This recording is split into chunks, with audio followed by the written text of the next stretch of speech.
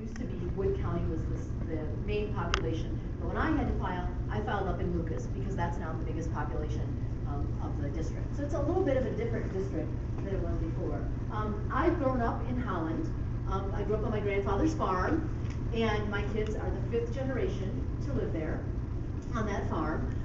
It's not really a farm anymore. We have some corn, a couple goats, and some chickens, but the highway came in through the back, and so it's not as rural as it used to be, and we miss that. But it is what it is, and we like it there. That's our home.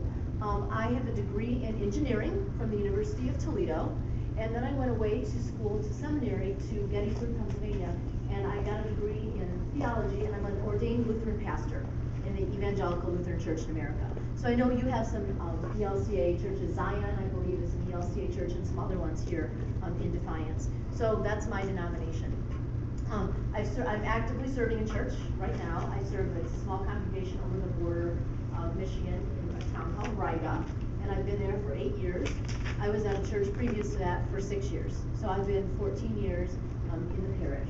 I have a PhD in writing from Bowling Green State University that I got while I was serving at this present call, and I teach full-time at BGSU. I'm the faculty there. So I teach full-time, I minister part-time, and I got very involved in politics on the school board in our county, the Lucas County Educational Service Center.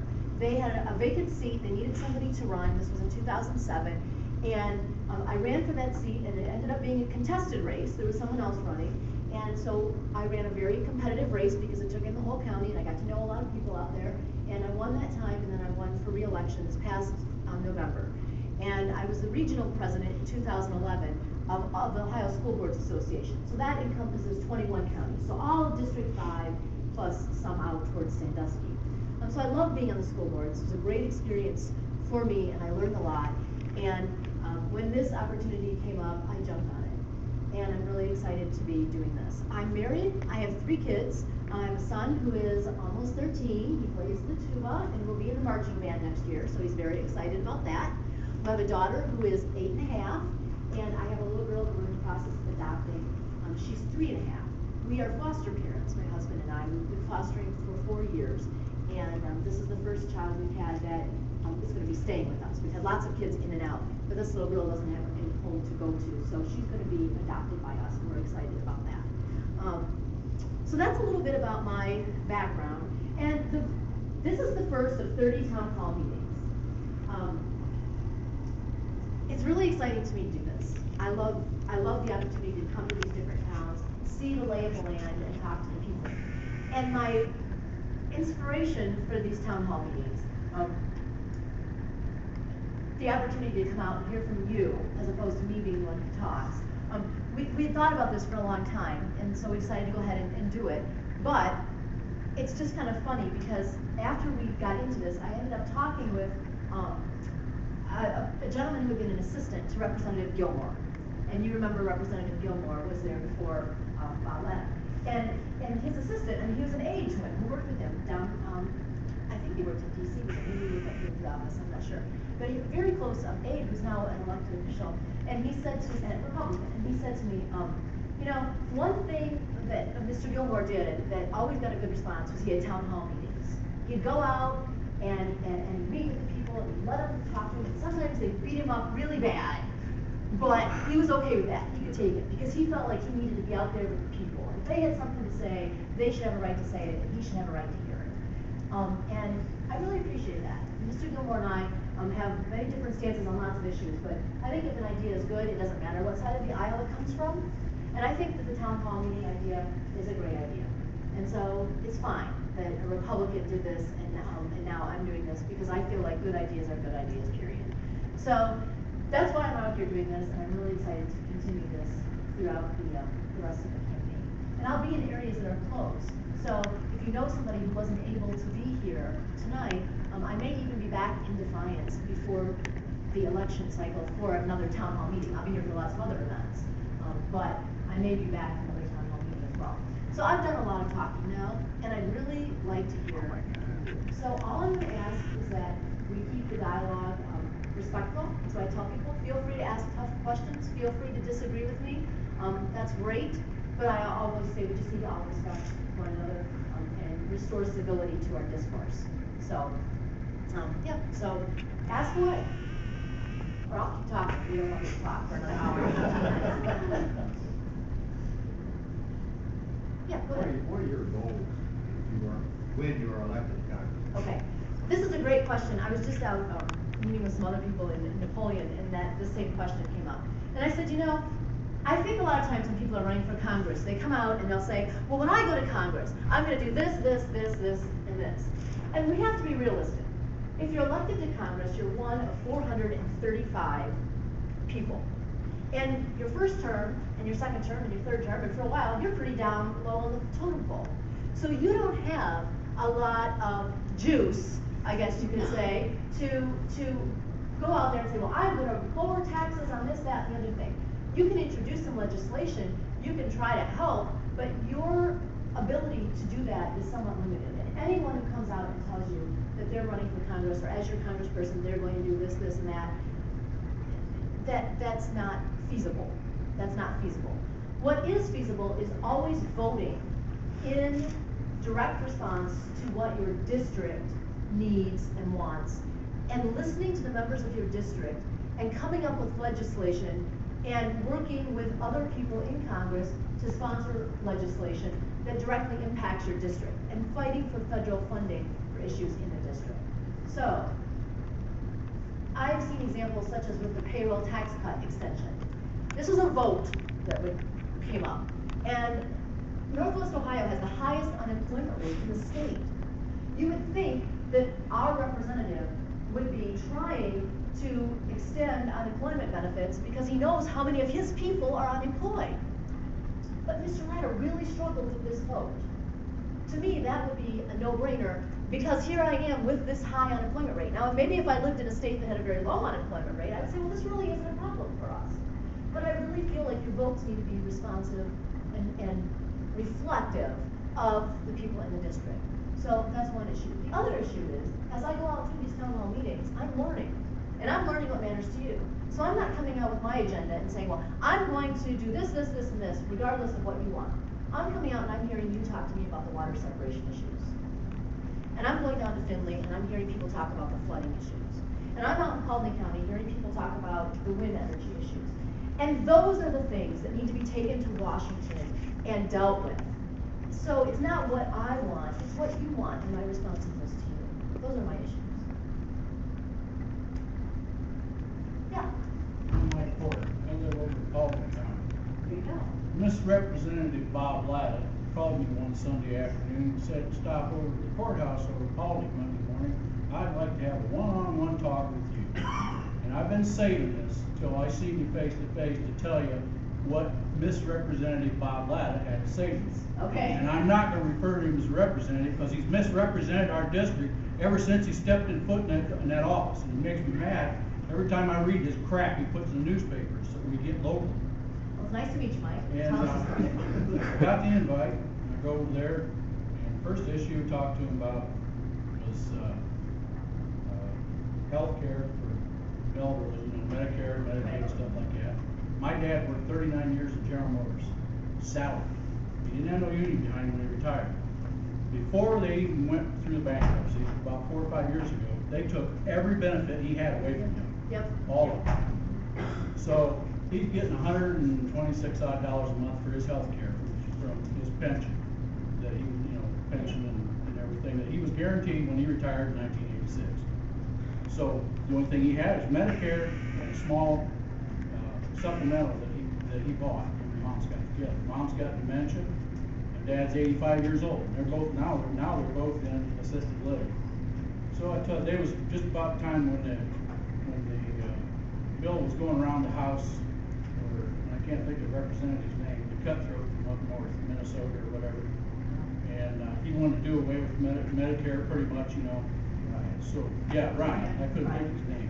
But anyways, how do you feel about this? And he just stared at me. He didn't say anything. And I said, this is all my mom and dad has got. If something happens to them, this is all the insurance that they've got. And I don't think it should be taken away from them because they paid into it for a good number of years. That is not an entitlement. That is something they paid for. Okay, That's so what we it went is. from Yeah, that absolutely. to an issue that really burns me is, and I got nothing against the EPA because I've seen an awful lot of good. I remember all the dead fish along Lake Erie when we went up there and tried to go swimming back in the sixties and stuff like that. And I saw what GM and Defiance dumped in the Maumee River down there. We couldn't fish out in the water there either because it wouldn't fit. So the EPA's done a lot of good. And as far as the sewer systems and stuff, I don't have a problem with them. But here's what I do have a problem with. We've got a little village, it's a mile west of where I live. It's named Melrose. It's right on 613. You can't miss it. If you go down 613, you drive right through it. And you don't want to drive through there with the windows down in summertime, because all the sewage runs right in the ditch along the railroad. The railroad doesn't take care of the drainage ditch. And those people are 75 to 80% of them are retired.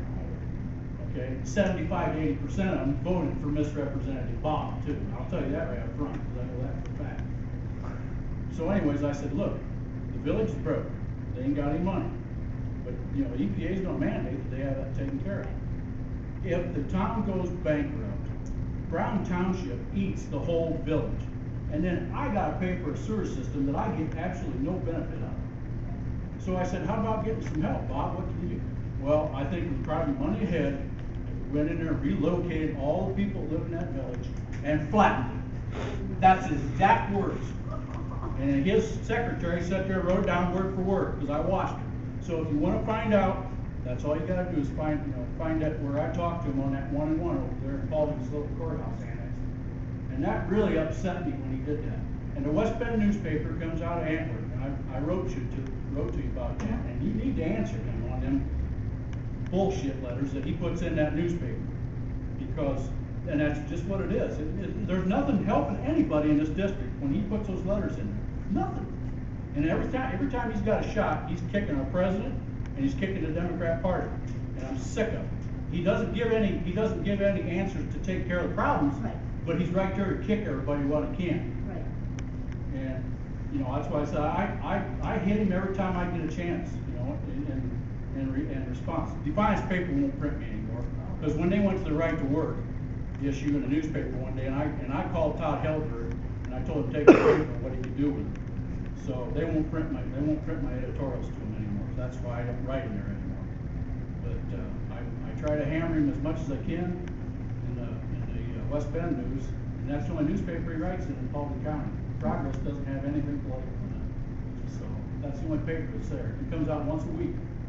We usually get it, I think, on Tuesday. That's good to know. I appreciate that. It's right on, it used to be 24 when it went through Antwerp. You go up into the middle of town, at the stoplight, it looks like an old gas station building right there, and that's where the West Bend News is.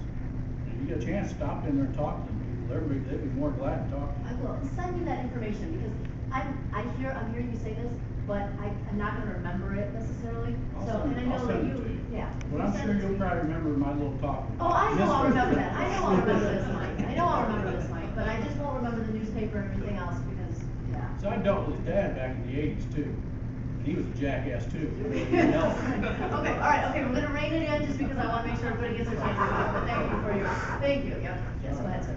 Which side of the aisle are you going for? I'm a Democrat, but I'm a very centrist Democrat.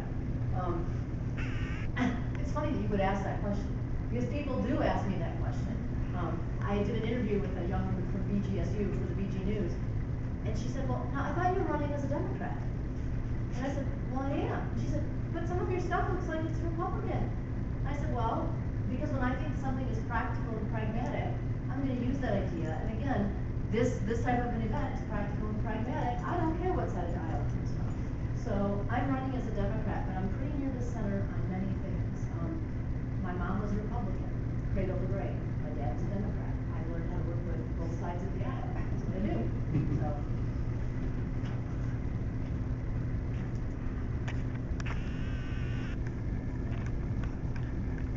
Yes, go ahead. What's your stance on war with Iran? Oh, boy, that's tough. I mean, my stance on war in general is that I don't like it. And I feel like unless it's absolutely necessary, we shouldn't send our troops into any place to fight. If it's deemed absolutely necessary, then when we send them, they should be as properly equipped as they can possibly be. And that's been one of my big concerns. that when we send people to war, they're not properly equipped, they don't have body armor that they need. And then when they come back from war, they need to be treated appropriately. And that's one of the issues that I've had with Congressman Latta, is he's mistreated our veterans as far as his legislation. He does a good job of sending out letters or pins or these types of items, but you know, he voted to cut homeless vouchers for veterans, and 25% of the homeless population are veterans, and these people need somewhere to live. And there were vouchers and already approved that they could get, and he voted to cut that. And numerous other issues he's voted on against veterans. So. Would you say that the situation with Iran would be something you would deem as absolutely necessary?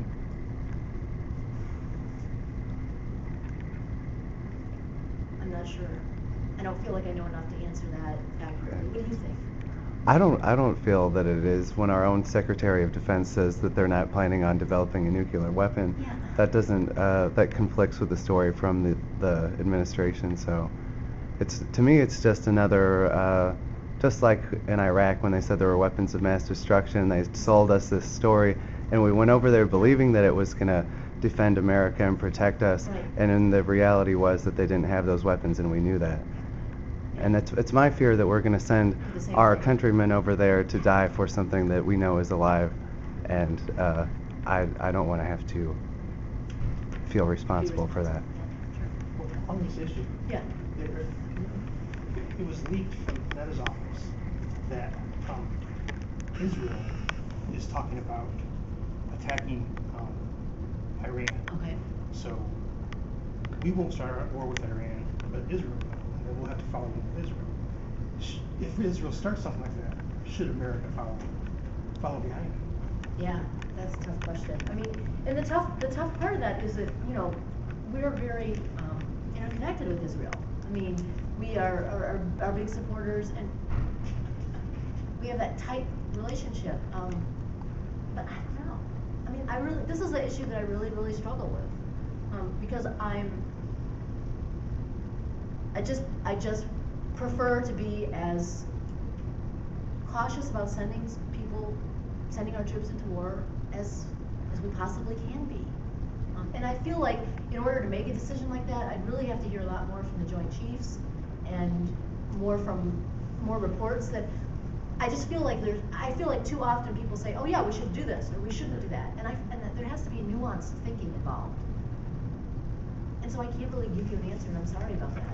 It's not that I'm trying to waffle, it's that No, I it's fine. I mean, really am not convinced one way or the other. I'd rather you say that Yeah. you don't know. Yeah, You need absolutely. to I find don't out. feel like I have enough information. Right. My gut instinct is no, I don't like war and I don't want to do it, but I can't say that as a blanket statement and say absolutely not. Yeah. I've met you before, and I think I told you the last time that I'm a progressive Democrat. So I'm definitely not a centrist Democrat, Right. as you define yourself. I believe so much of what affects us on a local level, we can't control. Well, because of many influences in the larger circumstances of our government. The funding, for example. People like you trying to run for Congress